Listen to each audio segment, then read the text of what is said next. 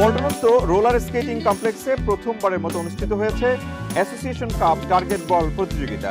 প্রতিযোগিতার উদ্বোধন করেন বিসিবির পরিচালক এস.এম. আব্দুল্লাহ আল ফুয়াদ এবং অ্যাসোসিয়েশনের সাধারণ সম্পাদক দীন ইসলাম সহ অন্যান্য কর্মকর্তারা। প্রতিযোগিতায় 5টি নারী দল ও 4টি পুরুষ দল অংশগ্রহণ করেন। গত 20 ও 21 জুলাই অনুষ্ঠিত এই প্রতিযোগিতায় দেশের বিভিন্ন সংস্থা ও ক্লাবের খেলোয়াড়রা অংশগ্রহণ করে। আমি একজন বিজিবি সদস্য। আমরা বিজিবিতে পিলখানায় আমরা নিয়মিত প্র্যাকটিস করি টার্গেট বল।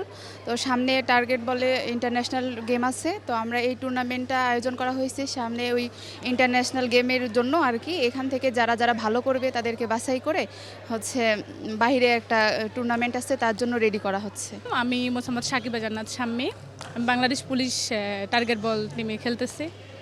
তো আসলে আমি হইলাম মূলত হ্যান্ডবল খেলোয়াড় জাতীয় দলের। তো পুলিশের স্বার্থে আর কি আমার ডিপার্টমেন্টের ইয়েতে আমি আসছি এখানে টার্গেট বল খেলতে। মোটামুটি আমাদের টিম ভালোই, দেখা যাক আমাদের কি হয়।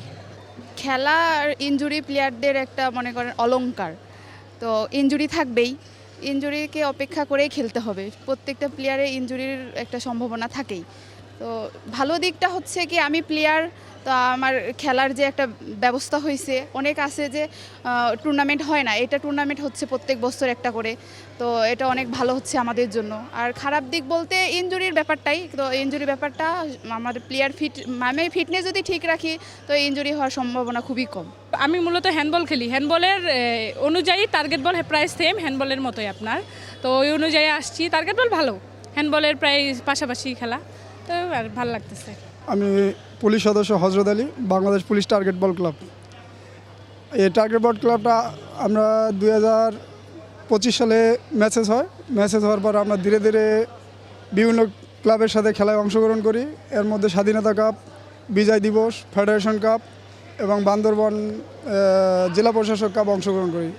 এদের মধ্যে থেকে আমরা জেলা প্রশাসক কাপ চ্যাম্পিয়ন হই, ময়মনসিংহে রানার্স আপ হই এবং নারায়ণগঞ্জ জেলা প্রশাসক কাপে চ্যাম্পিয়ন হই।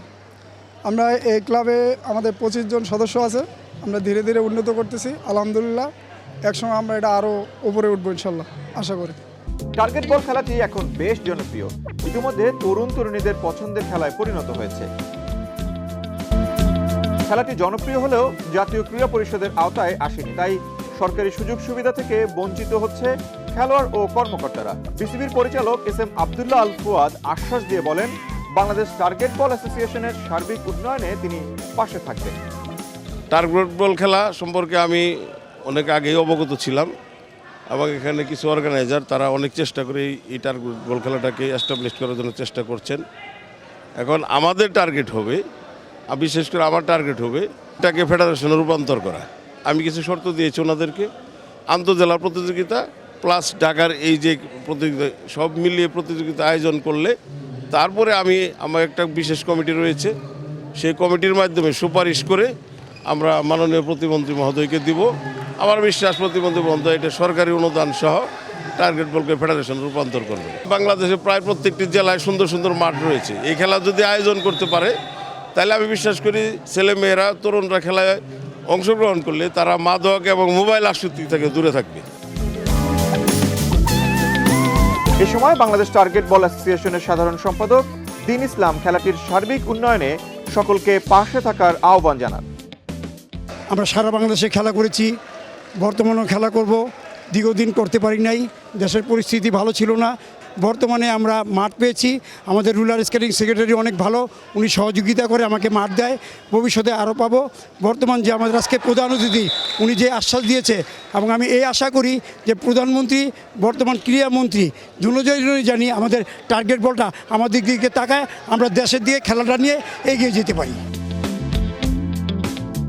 প্রতিযোগিতার পুরুষ বিভাগের ফাইনালে বিজিবি দল 24-11 গোলে বাংলাদেশ পুলিশ টার্গেট বল ক্লাবকে পরাজিত করে শিরোপা জিতে নেয়।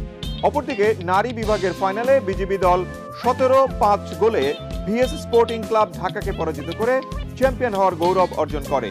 প্রতিযোগিতায় পুরুষ ও নারী উভয় বিভাগই চ্যাম্পিয়ন হওয়ার কৃতিত্ব অর্জন করেছে বর্ডার গার্ড বাংলাদেশ বিজিবি।